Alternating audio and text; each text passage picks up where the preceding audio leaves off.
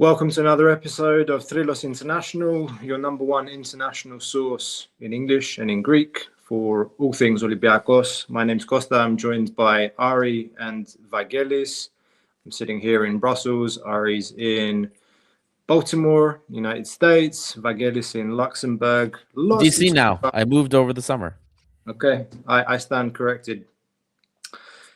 Ari normally starts these, but before we talk football, tonight has to start with remembrance. Today marks another year since the Gate 7 tragedy. 45 years to date. We lost 21 souls, brothers, sons, friends, nephews, grandsons, granddaughter. There's one female victim in this tragedy as well, if I remember correctly. Their memory will live forever in this club. The derby result tonight hurts big time. But on a day like this, football feels much smaller. There's a lot of anger, disappointment, finger pointing following the result tonight.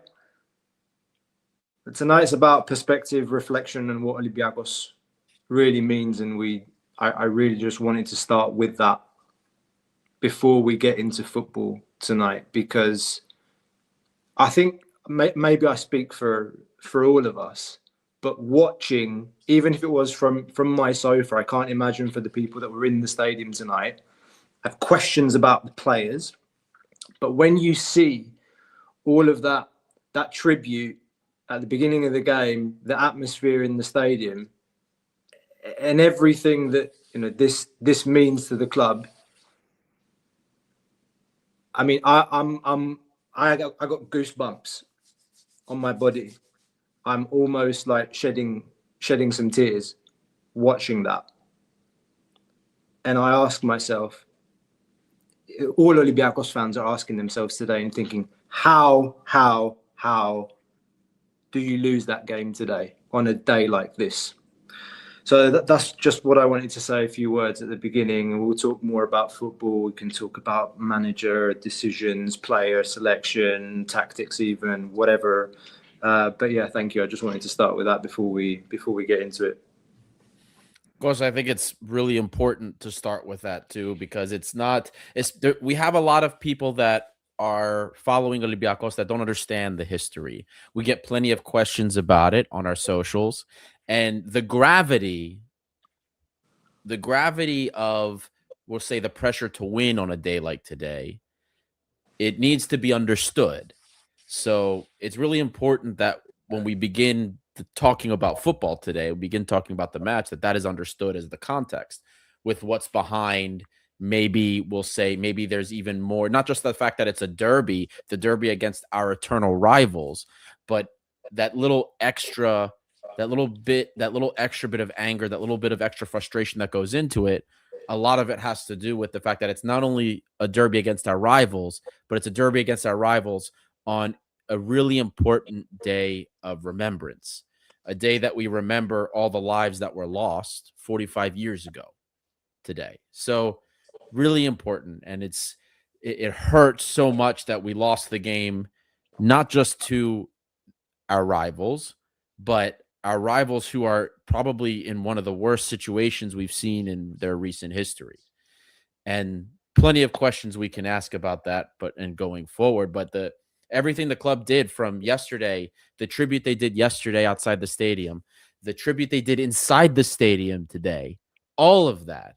And it almost feels like, when you watch the performance we had today, that it kind of went over the heads of some players, if that makes sense. Or maybe it's the opposite. Maybe the pressure got to the players too much.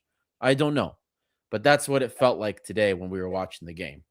And guys, I know we normally do this beforehand. Today is a little bit different situation. For those of you that are tuning in, don't forget to help us find more red and white fans. Like and subscribe for those of you that haven't already. There's a couple dozen of you already joining us, even more that have already passed through.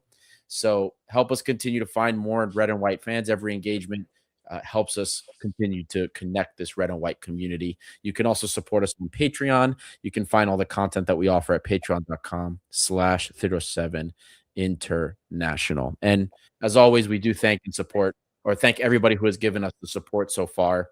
And having a community like this that's so big and so great is really important on days like today, which are supposed to be days of tribute for those that have lost their lives in the past. Vangeli, what are your thoughts?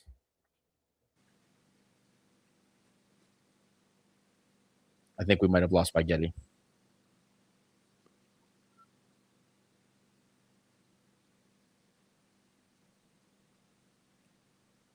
Costa, I think we lost Vangeli. Did we lose Vangeli? I think we lost them. But anyway, we'll wait for Vangeli to come back. And until then, Costa, as we do every year on this day or the episode that occurs on the week of the day of the Gate 7 disaster, we always read the names of the victims of the disaster. And I have the list in front of me. We will read through those names very quickly. Starting at the top.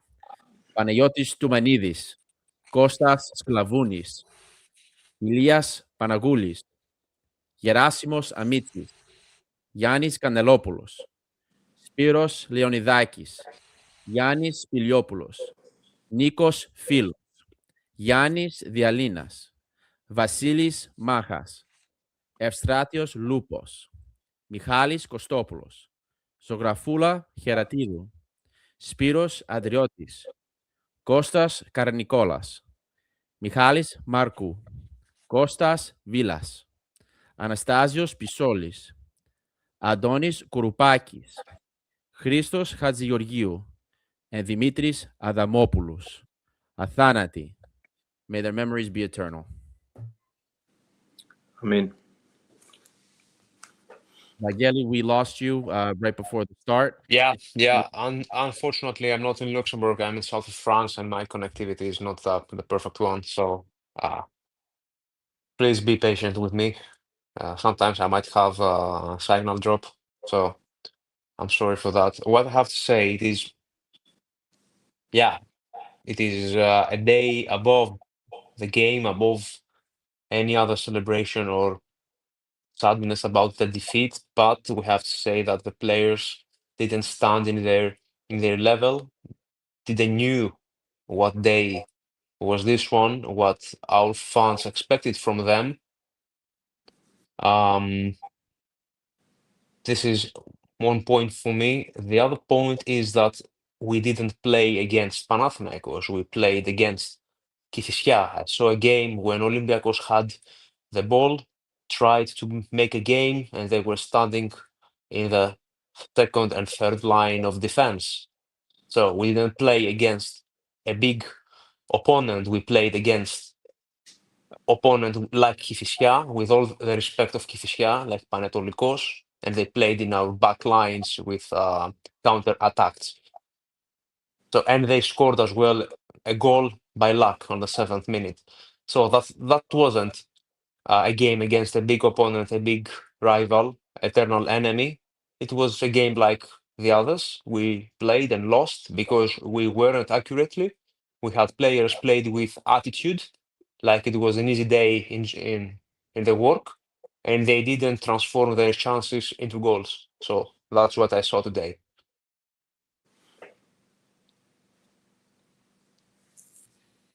Costa? For the game, I don't think we ever showed up. It's painful, man. In one sense, it's not something we haven't seen before. This season, I have a lot of question marks about the way that we set up the game. Already, we were talking about, Andre Luiz is the big talking point yesterday when we saw the squad list and say, okay, shameless plug. There's the scouting report that Ari did on our new signing, Andre Luiz. You can find that on our YouTube channel. Andre Luiz is statistically the best winger in the Portuguese league this season, yet not good enough to be in the squad for Olympiacos against our arch enemy, going into a derby on a day like today. And there's a lot of things that baffle me. We were hearing that Mendilibar wasn't super positive about the Clayton signing, that he wouldn't have minded if Yaremchuk stayed. Yet he decided to pick Clayton in the squad today ahead of Andre Luiz. The other big talking point for me is Elkabi, man. Obviously, you can't compare playing against Asteras away and playing Panathinaikos in a home game, in a derby game. But we look to have some flow against Asteras, with Taremi playing up front. And honestly, besides the Real Madrid game where we scored 3 goals, having Taremi and Elkabi on the same team, I can't really remember a game where I think, Elkabi, Taremi up front together worked well. I don't understand. I have difficulty understanding how in a game like today, where Mendilibar has one way of playing, Chiquinho doesn't start this game. How does Chiquinho not start this game when you need somebody to deploy the press from the front? Play Taremi up front. He's scoring goals. If he gets the ball in the box, he's going to score. And he just, the manager decides today that Elkabi has to start the game. I don't know what's going on with Elkabi, or maybe I do. Maybe I'm right. Maybe I'm wrong. But that miss in the Copa Africa final, the sitter that he missed in the final, it looks like he has not recovered from that at all. The way the ball comes to him onto his left foot on the edge of the box, it's like perfect for a striker to hit it. And he doesn't even connect with it cleanly. I think that phase of action was really telling for me. And it wasn't just that, his overall play. Just, I know, talking about Elkabi and talking about Mendilibar feels like, it almost feels like sacrilege, given what those two individuals have done for this club. But those are really two of my big talking points. Managers' decisions when it comes to player selection going into this game, Andre Luiz in particular, Rodinei Costinha against Panathinaikos. Did we need to play that more defensive lineup? And the Clayton over Andre Luiz, I don't get it. Voila. So we end up talking about things that we've talked about before. In this game, it's cost us. We lost 1-0. We had 2 chances to score. Yeah. Well, 1 really. Yes, of course. I'm sorry. I'm on my rant here on a monologue. But Gelson Martins, mate, how do you miss that? How? It was harder to miss that than to make it. The physics make no sense. He was under the goal. I rewatched the goal 30 times, and I'm still trying to figure out how the ball, how it was possible that he sent it over when he was under the crossbar. It's not possible. It's not possible. I mean, Costa, before I share my thoughts on the match, there's actually 2 questions that I wanted to answer real quick. One was from Rollface, off topic, but Elkabi, Taremi, Scipioni, Ortega, Clayton, Yazici, isn't that already too many non-EU? How does it work? So Scipioni actually has an Italian passport, so he counts as EU. And Yazici, since 2018, Turkish players count as EU players in the Greek league. So neither one of them count. But Clayton, Ortega, Taremi, Elkabi, they're foreigners. Bruno is a foreigner. So these are all things that we have to juggle with the foreign rule. And then there was a question about from Nicholas Simies asking, he was asking if Andre Luiz was fit, and he is fit. Yep. So that wasn't the problem. He was a healthy scratch. So my issues here are twofold. One, when we saw Andre Luiz was not included, the only explanation was the two striker thing, which I'm in agreement with you. Aside from one game, it hasn't worked because we're playing with two strikers. Ideally, it's because you're expecting to give more service into the box. But did we have the service? Do we ever give the service to the two strikers? You know what I mean? For as many crosses as we have? No. I mean, not, and the opportunities we created, it's not like they were amazing. It also doesn't help that our end product has been utter dog shit. Taremi's the only player on this team that has had very good end product. Before the game against Panathinaikos today, Taremi had scored or assisted in 7 of his last 8 games. And then you decide that you're going to put El Kabi and Taremi together, and then you're going to have El Kabi play in the striker role and Taremi behind him. The second thing that bothers me, before I elaborate on the first part, the second thing that bothers me is the fact that you left Andre Luiz on. For everybody that has been bitching and moaning about transfers this, we don't spend money on transfers that, which there's truth to a lot of this.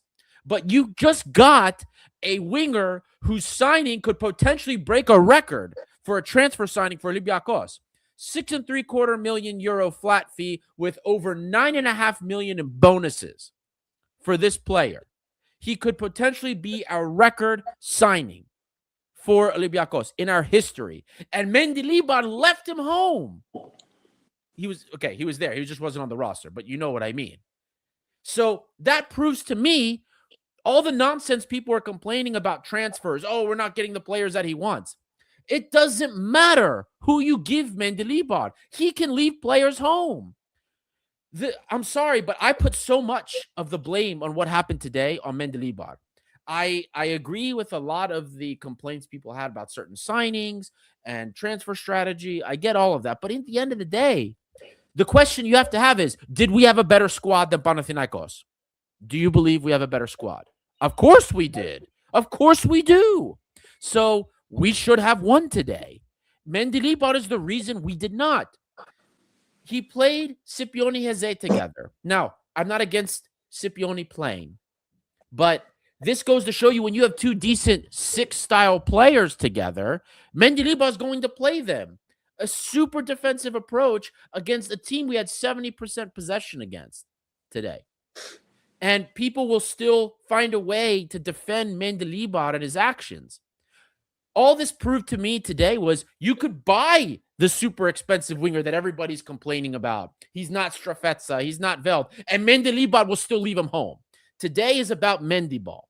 Mendilibar has been figured out in Greece. How have we done in derbies this year, Costa? We won one game against AEK 2-0. Yeah, that's the single win. Panathinaikos game, we played in Leoforos. We didn't get that penalty everyone's talking about. That ended 1-1 with a stoppage time equalizer from El Kabi, if I remember well. And then two L's against PAOK. Yep. And this isn't new. This isn't new either. It's not like we have to play. We still have to play PAOK at home in the regular season, don't we? Right. Yeah, we lost in the cup. But we didn't play like against Bayer Leverkusen. Sure, the intensity was there, but Kostas Strelakis saved that game for us. Yep. Ajax, we did not play well either. We snuck into the Champions League knockouts, not because Mendilibar is all of a sudden a genius. We were exposed on many occasions. We got by because, quite frankly, football we were owed some luck from the shit that we ate earlier this season.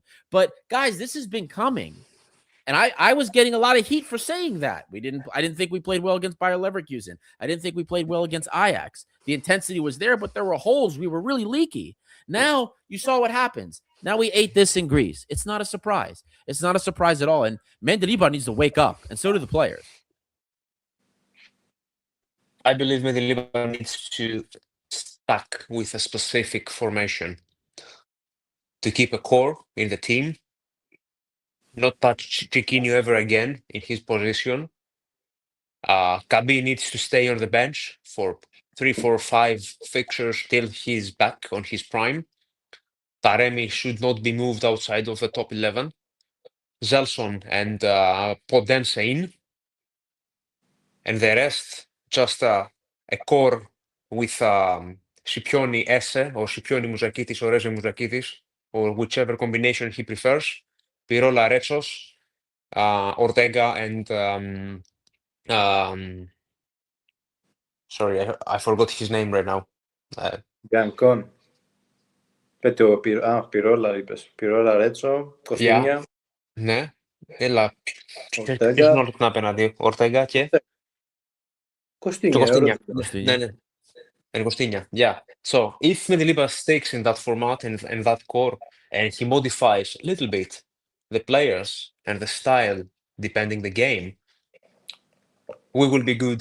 As far as I remember Olympiacos in that formation, he played well.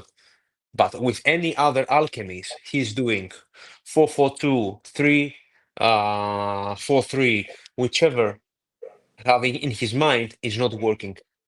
4-4-2 doesn't work, man. It works. It works against like lower tier Greek sides, and you know some people will say, yeah, Panathinaikos is in that category, so why didn't we beat them today?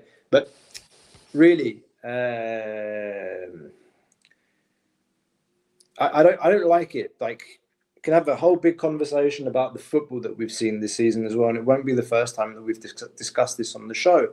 And we have a lot of disgruntled fans, a lot in our Patreon group, who, you know, are really, really beyond pissed off tonight and talking about the same things we've been talking about the football shit. Mendilibar won't adapt.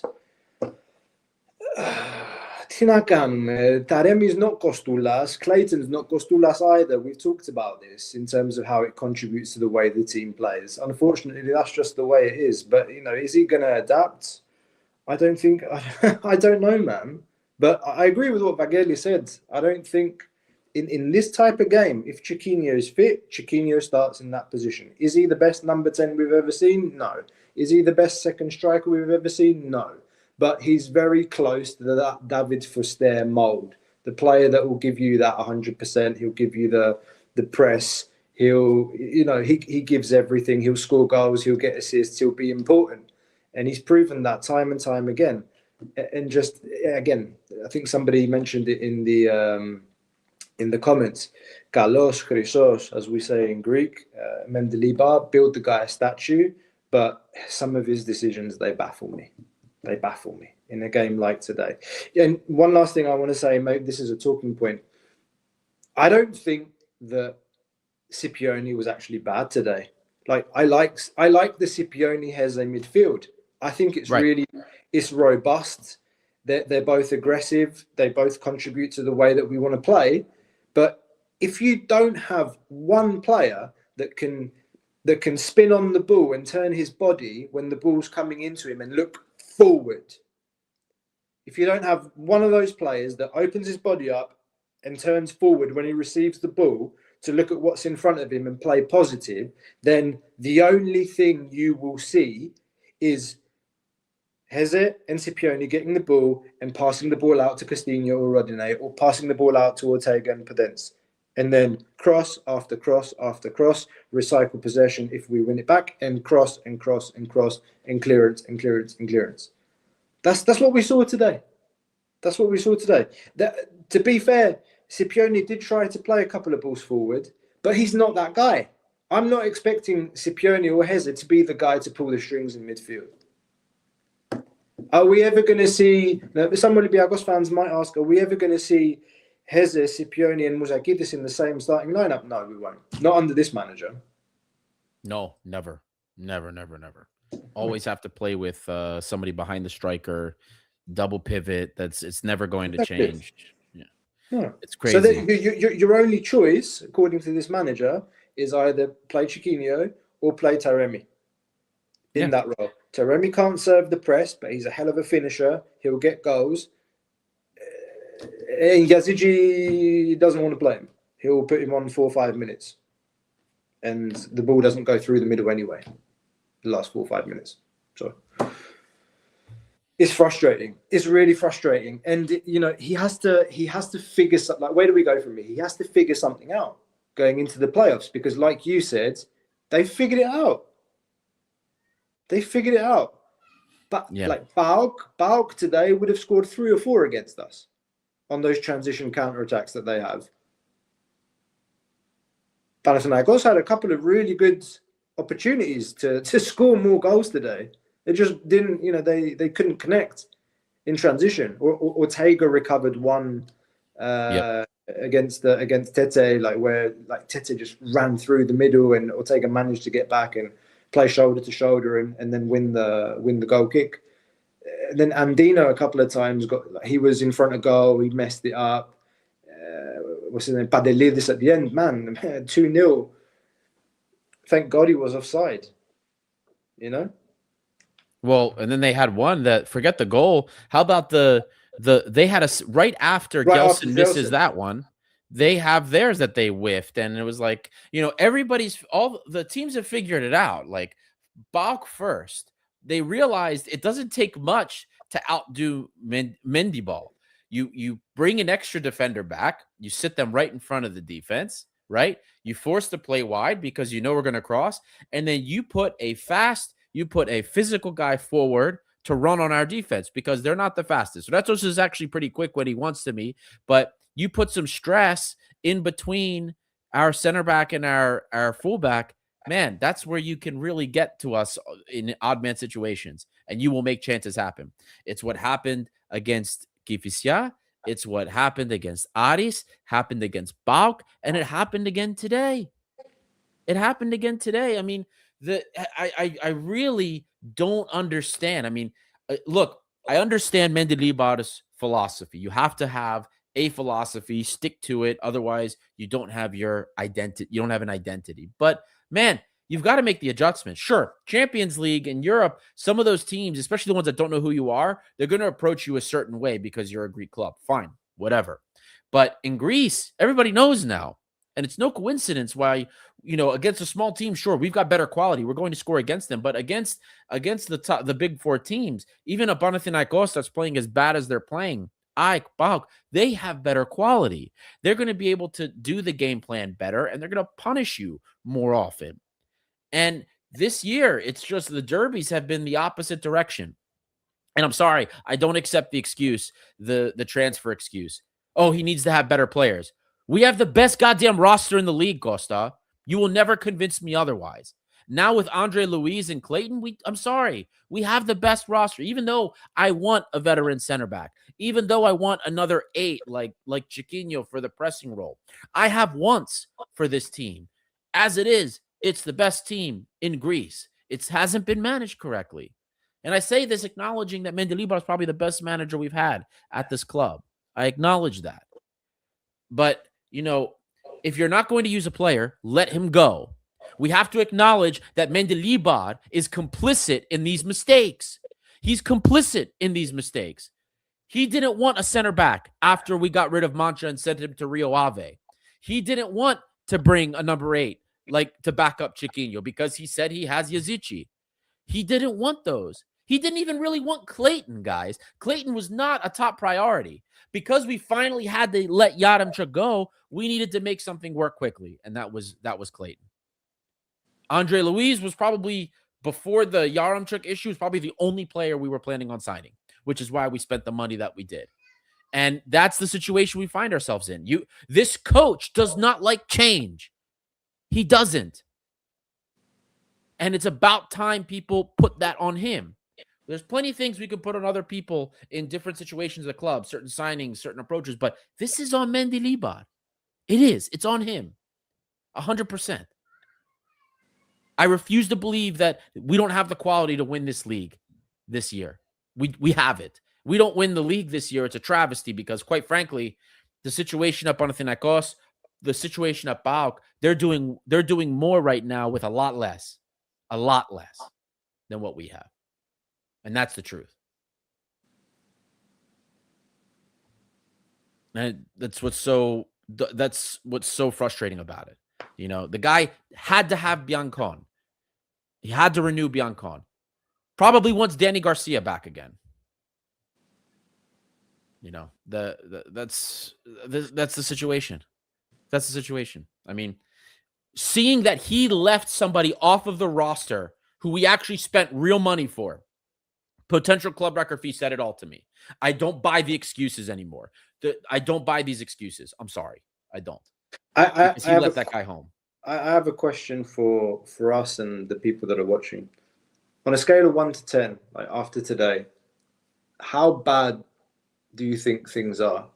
Is it just like the rage because the occasion today being the derby, being the day that it is in terms of the club's history and the tribute to the fallen fans from 1981? Where are we? Where are we right now? Like, are we worried? And from a scale of 1 to 10, like, how worried are you? Fans that are watching, I'll tell you. like 1 to 10, how worried are you right now? Myself, 5. And I will justify.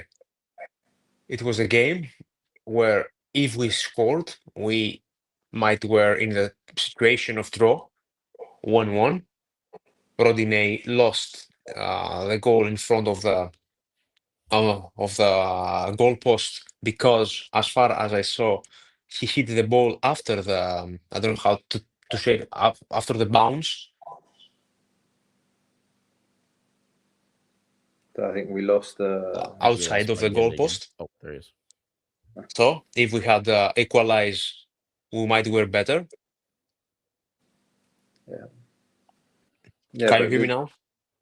Yeah, your image is frozen up, Vageli, and we can hear you. Maybe turn your camera off and we can just listen. You still there? I think we lost him again. I got more. It's okay. Here, Costa, there's a couple of questions that I think we need to clarify because some people just don't realize what the situation is, and they seem to, which is understandable. We don't get a lot of information. The transparency isn't there 100%. So there was a comment here from Socrates_Nick. He had said something about budget of 5 million, which is correct. Olympiacos doesn't spend more than 4 to 6 million. That's a different story. But there's a history of Veld, Stamenic, Willian, Oliveira, Manchak, Rebi Capella, Strafetza, and they keep bringing bad players. That's why Mendilibar is reluctant. So Stamenic, the Stamenic that was a Darko Kovacevic thing. Willian, Oliveira, Willian, of course, was, that was definitely not a scouting one. I think that was just to bring somebody in towards the end of the window. Oliveira's another one that was a deal that was done by probably outside of the realm of things but Mancha was a Mendilibar decision. Socrates. Mendilibar was given 14 names for the center back, and Mancha's the one that he chose. So he wanted a ball-playing center back that was left-footed, and that met the bill. Strafetza is another one. That's a different story. But it's not like Mendilibar is given. It's not like Mendilibar is, okay, guys, you have to pick the players. No, he's given a list, a whole list of players that are supposed to be within budget, and he picks the ones that he likes the best out of that list. That's how it goes. He either picks them or he doesn't pick them. And there was another question then by Adi Span that said, I have to find it. What does it mean when we say he doesn't want? Why is it 100% up to him? Is there no board members to override him on the decisions? Guys, we go back and forth with this all the time. You either trust your coach or you do not. So many years we say that the board overreaches and brings players the coach doesn't want. Now we want them to override the coach. This is what we're dealing with here. If you trust your coach, which clearly Marinakis trusts Mendilibar, he renewed him. You're going to go with his decision on players. We don't let coaches pick players anymore. That was made clear to us by Karapapas and our other sources. They pick profiles, and it's up to scouting to try to find, but within budget, the players that match the profiles. So he picks, but from the short list, who he wants. He's only ever brought 2 names. He's only ever brought 2 names for the short list, for the transfer list. Danny Garcia and Brian Hill. Danny Garcia, you see the situation there. Brian Hill didn't want to come to Greece. That's it. This is how it goes, guys. And he's not playing where he is now either. I think he's injured again. Exactly. So, look, The fact of the matter is, guys, you cannot hit on every transfer. If you can hit on 50%, that's a pretty good window, you know? And I would say that if I had to critique the window based on how I saw it versus how I see it now, I think Martial probably said, put it the best. We went too much for opportunities, and we didn't focus enough on in the right areas for the ready-made players. We signed more veteran players in the forward positions and younger players further back, like midfield and in defense. And it probably should have been the opposite. We should have gone for the dynamic younger players in the forward positions, and the veterans should have been in center back, which is, I think, what most people wanted. But that's how this goes, guys. I mean, and unfortunately, yes, we have a budget. Like the club had 30 million in losses reported in June. Champions League this season will be break even. So in the winter, we can afford, because of the Champions League and the sales that we've made, we can afford to make a bigger signings, but it's not going to happen like that every season. We keep getting Champions League, sure. But in the end, the club has to make a decision. Is it going to continue to sign 8 to 10 players in a window for 3-4 million, 5 million? Or should we be making 2 or 3 big signings in a window and then fill from the academy? That's the balance, and that's what you have to do. Kalispera to Sir Kinetic. Says, hello, brothers. Bad result today. Sir Kinetic does really nice videos. He follows the team. He got some nice footage in London and many other away days. Amsterdam too. Greetings to our friend there. I think he's in Northampton. It's curious looking at a lot of the comments, just feeding back on the question that I asked. I think the majority is worried. Got a lot of 7s, like 7 out of 10. Worried. Nikos Andreopoulos on a 4, some 6s, an 8. People are worried, man. And then I guess next question we can ask is, we've got Levadiakos next, who been doing pretty well this season. Do we think we'll win that next game against Levadiakos? Last couple weeks, they've been struggling, man. They lost to Offi today.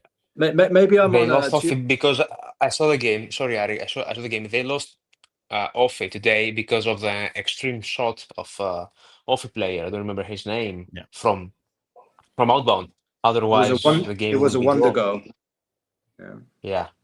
So Levadiakos, if play as it used to play, it's totally Nikos Papadopoulos' team.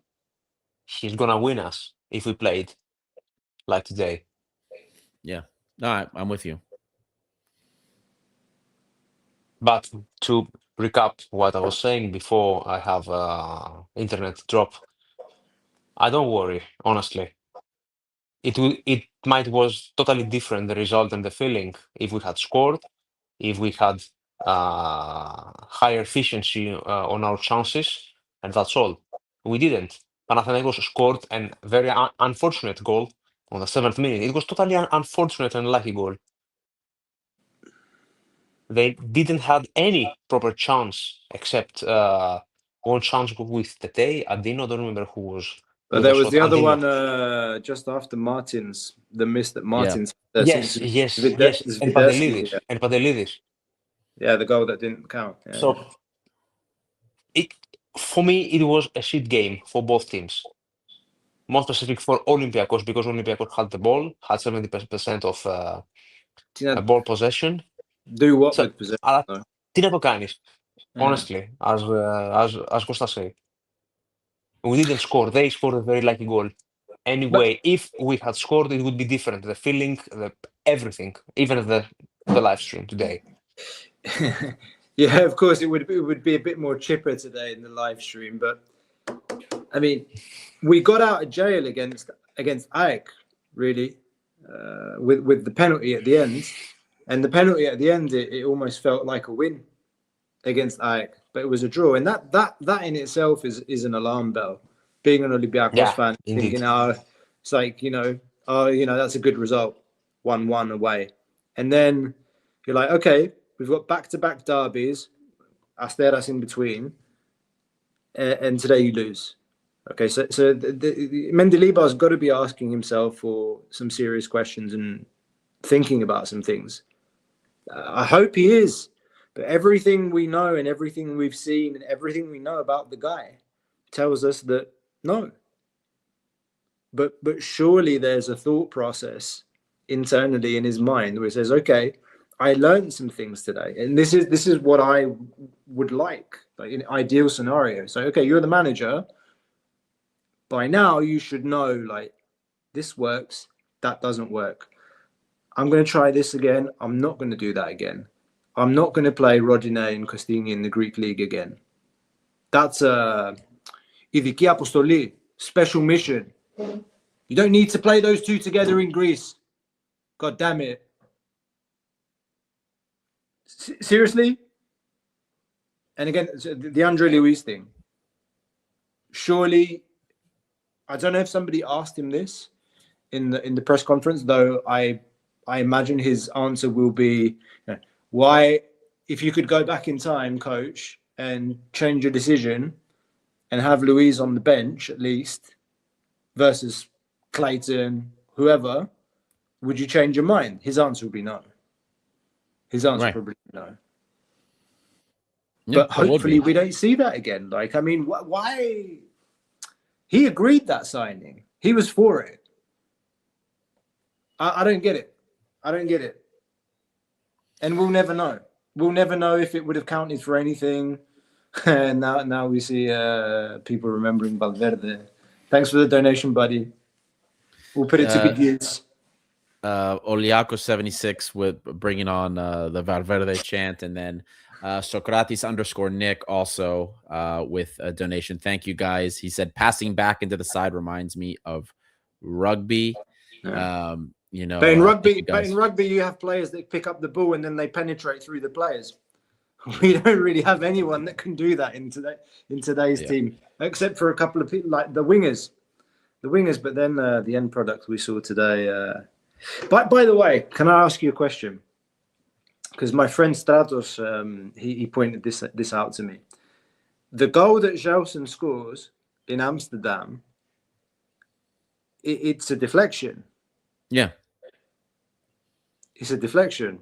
It's not shot on. I mean, it's on target, but if he didn't get the deflection, I think the ball was going out or into the keeper's hands. Probably. You're not wrong.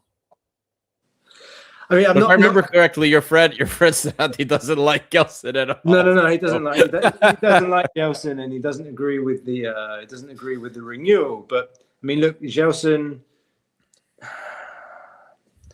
When you score 3 goals in the Champions League and you're crucial to those 3 wins, then you're in a good negotiating position, and I can understand to a degree, renewing him. But then today, you just reminded immediately after all of those positive things, you're immediately reminded of the limitations, the severe limitations that this player has in his end product. There's like, oh man. Yeah.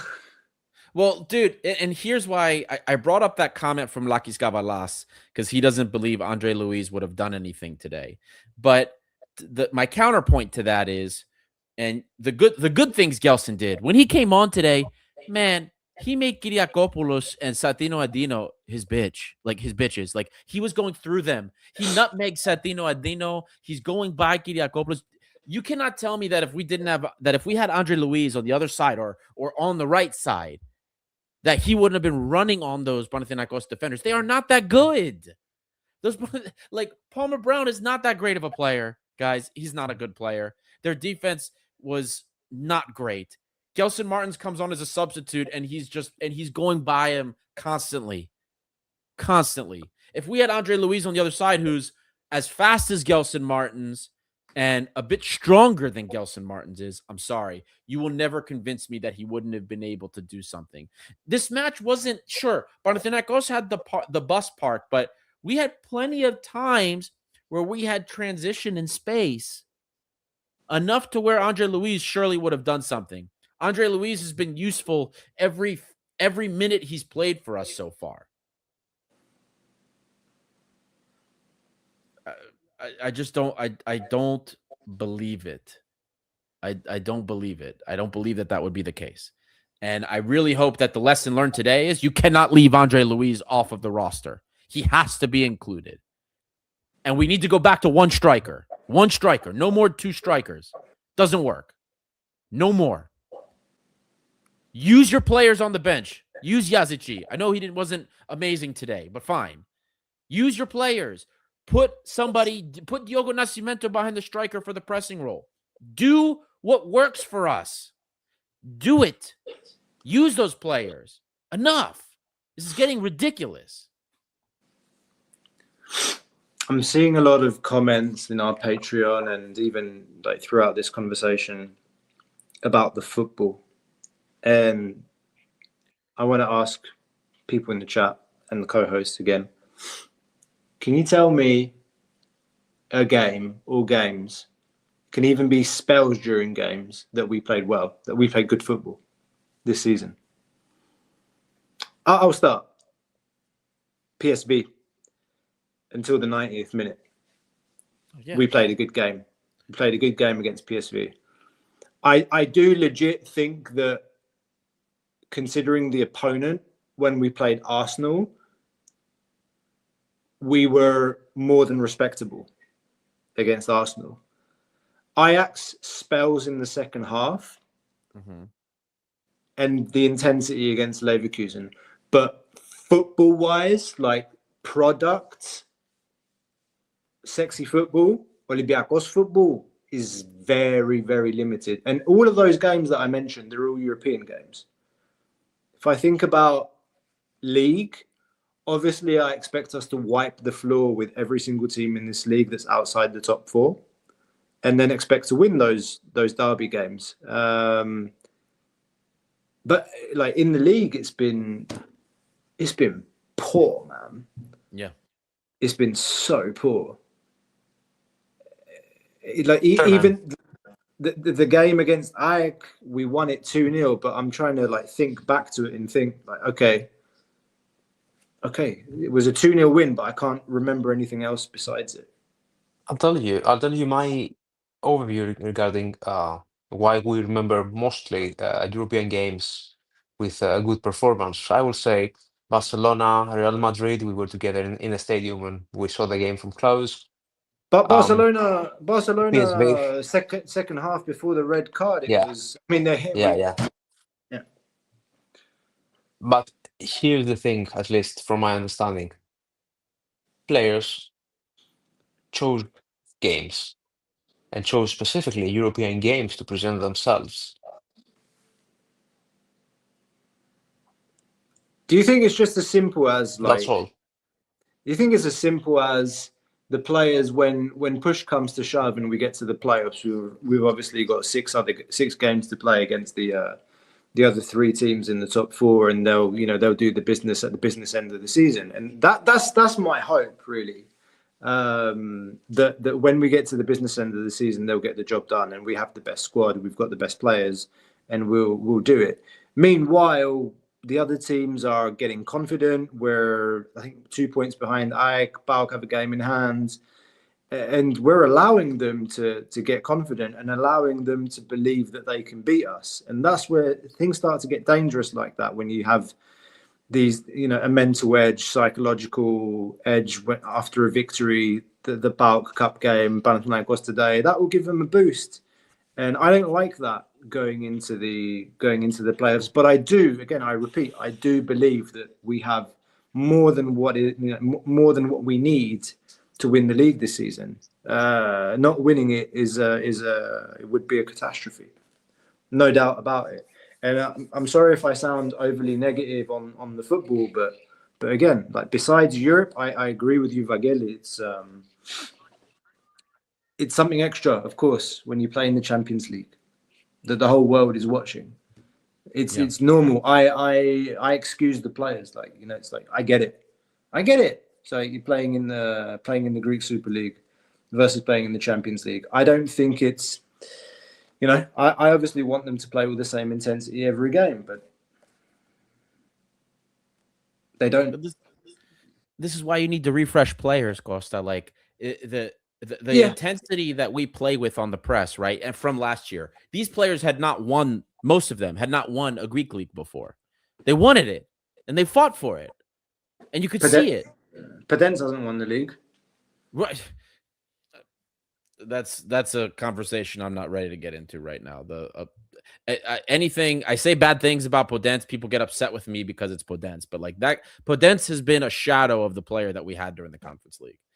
I was really not a fan of bringing Podence back this season because I knew without preseason that he was going to be way worse. Just like all the people that are saying they want Kostas Fortounis back, guys. The stuff I've heard about his current physical shape, even though he's actually goal contribution wise is doing pretty good, physically the guy's like not able to move. He can't move. It's not something that you want on this team. And I love Podence. He offers us something, but man, you could see no preseason killed him. By the time Podence kicks into the gear this season, assuming he does, it's going to be too late by the time he kicks on. You know, and we're now back to like 3 regular wingers again on this team. Gelson Martins, Podence, and now Andre Luiz. Yazici, who you throw in here and there. Yeah. You know, everyone got upset with Strafetza. Everybody, you know, some people call him Tsiloulis.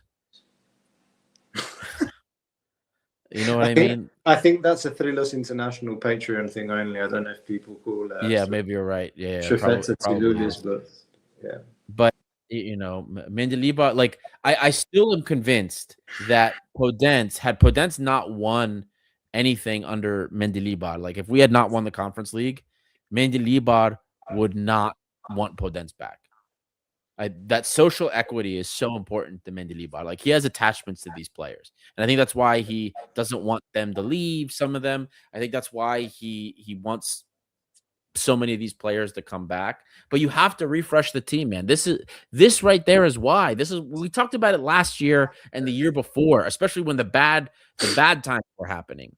How you have to have some academy kids, some Greek kids, or people that need to fight. They haven't tasted it yet. They're willing to fight because those are the players that then help push on the other team, like the Kostulas. You know, when we weren't playing well in some of the spells, Kostulas would come on and just went nuts. And that energy was contagious. It would make other players step up. Who do you have that's coming on the pitch and doing that right now? Not many. No one else. You know, these are the things that we need, and we kind of like abandoned the academy. That like we're okay. Liatsikoras maybe never had a chance. Fine, whatever. But Panathinaikos, are you really telling me this kid could? You know, he's now out playing for Athanatos. He's on loan there for a year and a half. We couldn't give this kid cup games to see if he could do anything for us. He can run all day. Surely he can do the physical ass. I don't know, man. I don't know. It's he has to find a way to he wants these players, he wants to hold on to so many of these players and play them so bad. He has to find a way to motivate them. Most people seem to be of the opinion that the players are picking games. It's your job as a coach. Find the solution for it. Have players that are going to show up during the games in Greece. Don't keep playing the same guys that aren't giving it for you. That's it. That's it, man. I mean, you know, again, most of this I put on Mendilibar. Most of this I put on him. We have the quality. We have the absolute quality to win this league. We do. We have the quality. It's there. What do you think of the sudden drop in performance that we've seen from players like Kostinha today, Mouzakidis? Kostinha's had some good games. Is that a decent kind of run of form, I would say, after a weird, not so great start to the season? But today it was, I mean, subbed off at halftime. Yeah. He was hesitant to go to the ball, misplaced passes, bad touches, just pretty bad performance today all around. And Mouzakidis has just really dropped off, man. He looked a shadow of himself the last couple of European games. He looks off the pace, like out, you know, not Champions League felt too big for him, in my opinion. The last 2 games I watched him against, was it Leverkusen and Ajax? He looked like he still needed like another season, something more. I wasn't ready. But how do you explain that? Is it they're tired? They had the game on Wednesday. Are you tired after that? I don't know. Like, how do you? What's your view on that?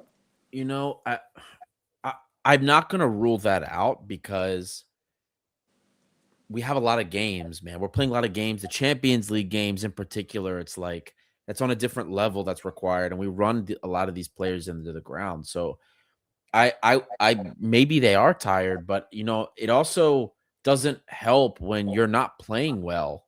You know what I mean? And the heads start dropping.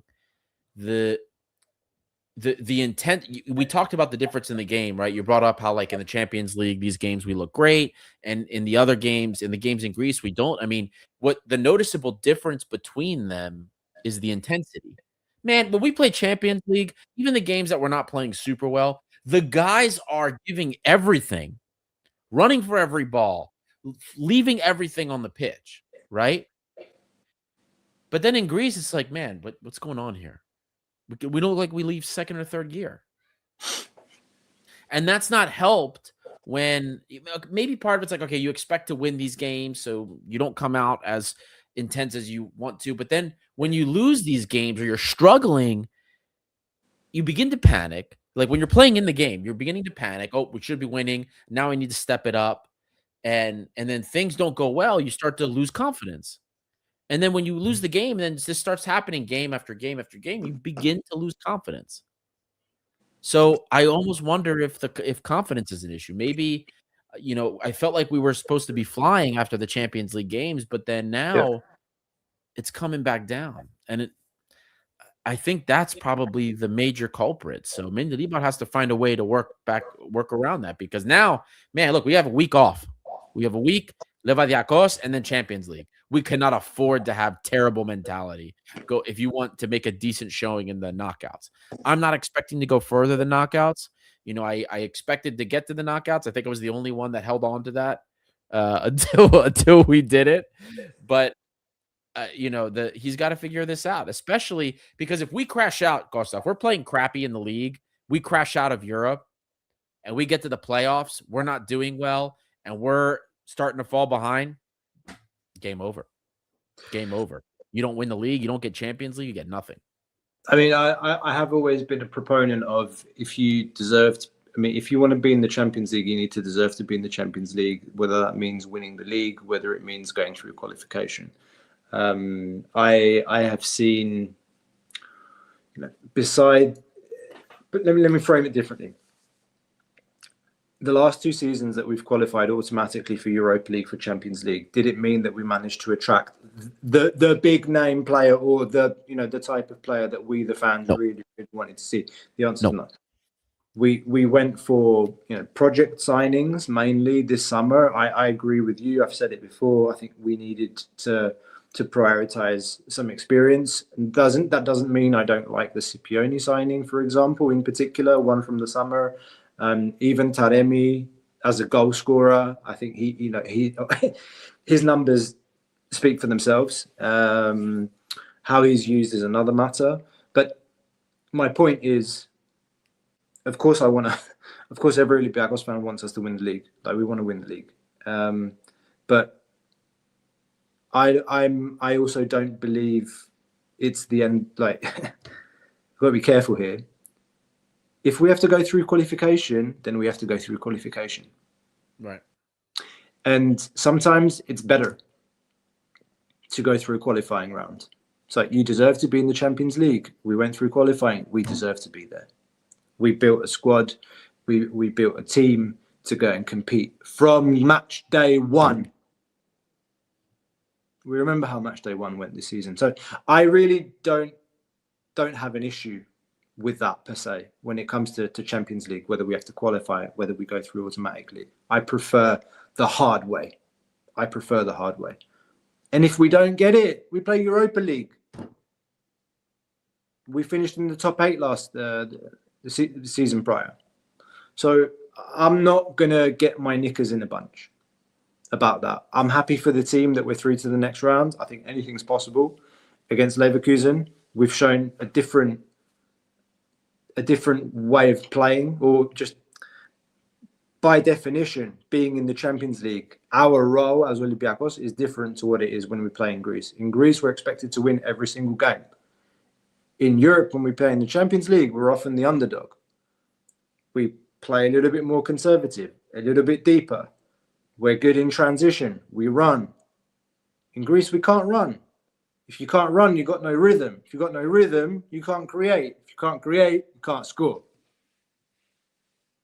And that's what happens in Greece. You hear the commentary today during the game, where you're talking to other fans, like, oh, we've got no rhythm, we've got no creativity. It's like, how can you get rhythm when they're playing 3 lines compact in front of the box, and we're just playing the ball side to side and crossing?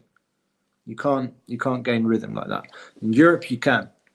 In Europe, there's more space because you're the underdog, because the teams are coming onto you. When you get the ball, and when you've got players like Heze, like Scipione, even like Gelson, El Kabi on his day, those players, they're all dogs.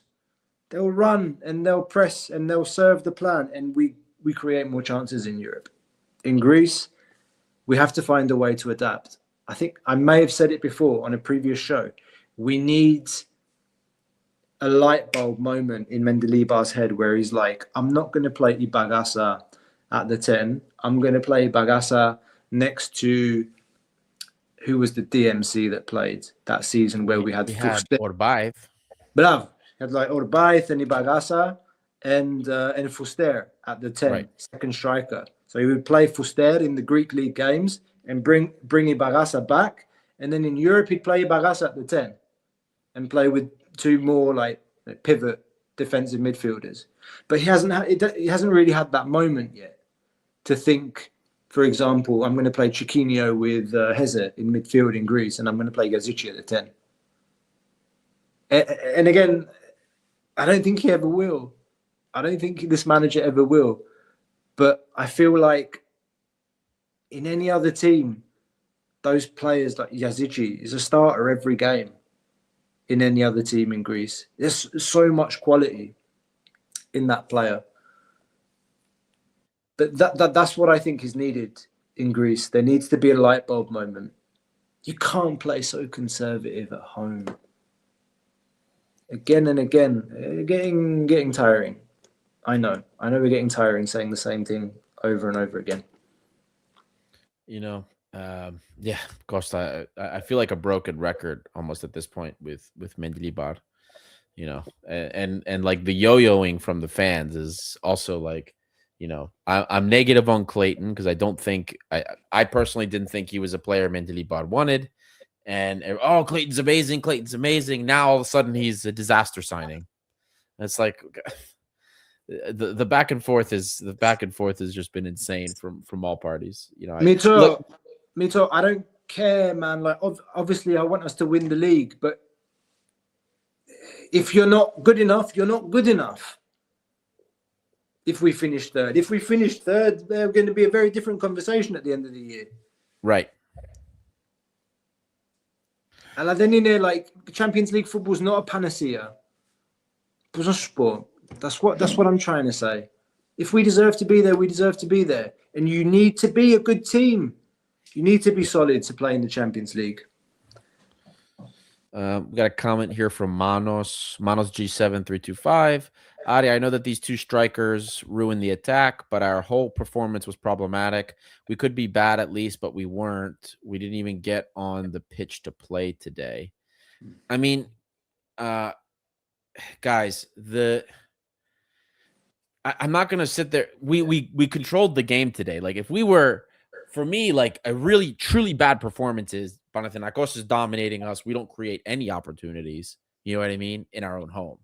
So like, just like against Ike, we weren't creating a lot of scoring opportunities, but Ike didn't have anything until like the 59th minute. It was like from the 17th or the 18th minute to the 59th, it was all us.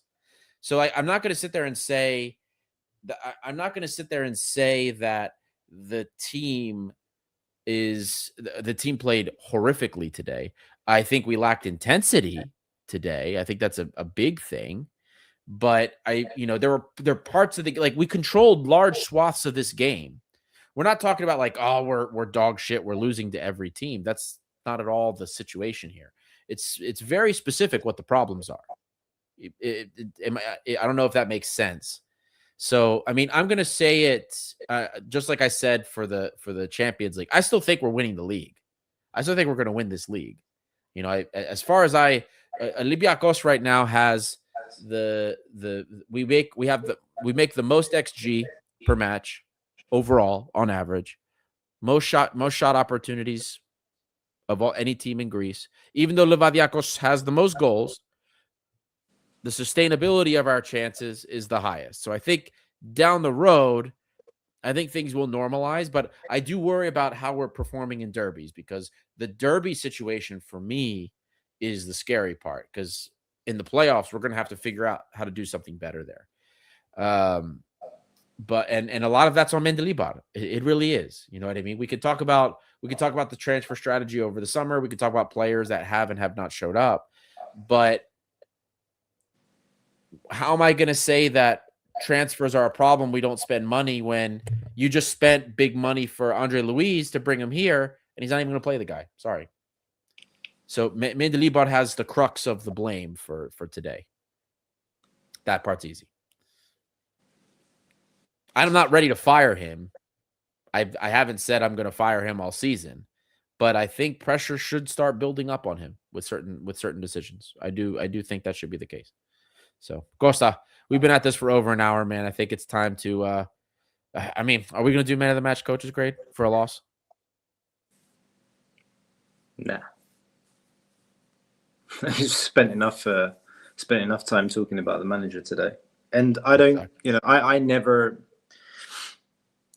this is a political answer to a question that's been asked by many fans today.